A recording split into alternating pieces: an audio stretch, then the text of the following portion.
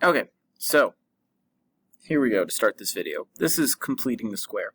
And hopefully you've spent some time to figure out the pattern. So I plan to start class on having you guys figure out the pattern. And once you find the pattern, now we get into the interesting stuff. So here's how we go about completing the square. First off, when you are completing the square, I don't want to have any number in front of my x squared. So right now, I have nothing in front of my x squared, which is good. Second thing I want to have happen, I only want two numbers on this side. I only want my x squared and my x. If you have any other terms like this, they need to move over.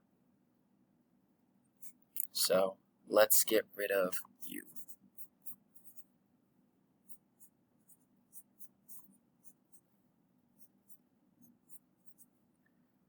Okay. Now I have a blank because I need to put a number there. So if you remember from the pattern stuff, we should have done something where you go, okay, I have an x plus, and I need to figure out what would complete this square. Oops, that was a 16. I don't want to lose that. Get a different square. So I would look at my middle number, and if you remember from the pattern, it's your middle number divided by 2 gets you this inside number. And this number is then this number squared. So when I square 8, I should get 64. And that's what number goes there. Well, if I add a number to one side, I have to do the same thing to the other side. So now I've completed the square.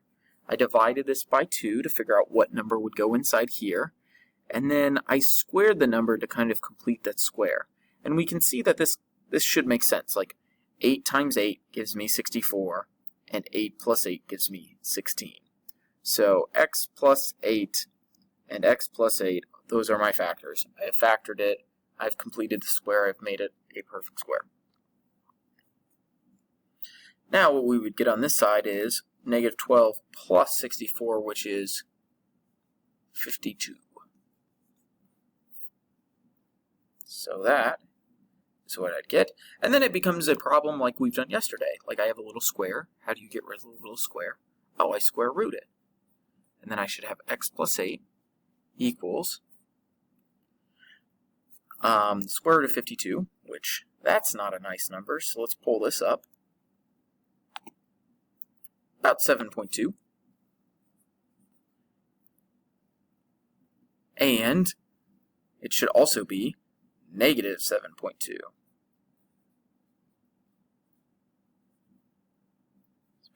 Subtract 8. X equals negative 15.2. Subtract 8. X equals negative 0.8. And those would be my two answers. And that is how you complete the square. So again, completing the square. Make sure you move all, like this third term, if it's a whole number, to the other side. You can only have two numbers. After you do that, you need to take this thing, complete its square. After you complete its square, you solve it like normal. Let's do one more example. Okay, finishing this up. So, that's weird. So second example. First thing that I want to do is see how this time I have a number in front of here. That's no me gusta. So if you ever have a number in front of your x squared, you're going to fix this by dividing everything by that number. Get rid of that number. So in this case, I would have x squared plus 10x plus 4 equals 0. And if you remember from the first video, the first part of the video, I said, get rid of that 4. So we're going to send that over by subtracting 4 to each side.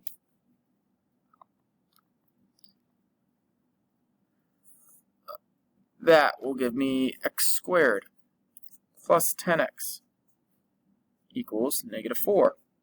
Now I have a nice space for me to complete the square. So again, we got to go back to our patterns. Our pattern is going to tell us take this number, divide it by 2, which will give us 5.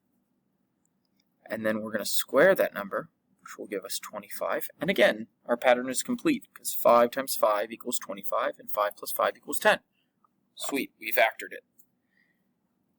If I add it to one side, I have to add it to the other side. Do not forget this step, or you will get bad answers. This will give me 21. Then, again, we're going to solve it like we did yesterday. So I have that 2. We're going to square root that 2. 21 is not a nice square root. So I bring up the calculator. Say 21, square root that bad man pajama, and that's 4.6. So I'm going to have x plus 5 equals 4.6. And on this side, x plus 5 equals negative 4.6. Oh, go away. Okay, then we would just solve. Subtract 5, subtract 5. X equals negative 9.6, and x would equal, negative 0.4.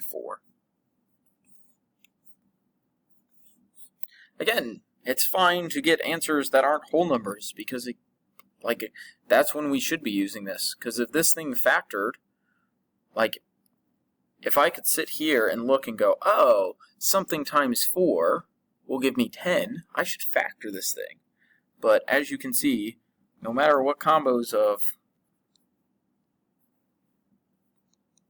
4 you want to do, you're never going to get 10. So this thing is not factorable. So that's where we have to go into the more, the method that will always work, which is completing the square. So that is what we want to do today, is really get better at completing the square and understanding how this works.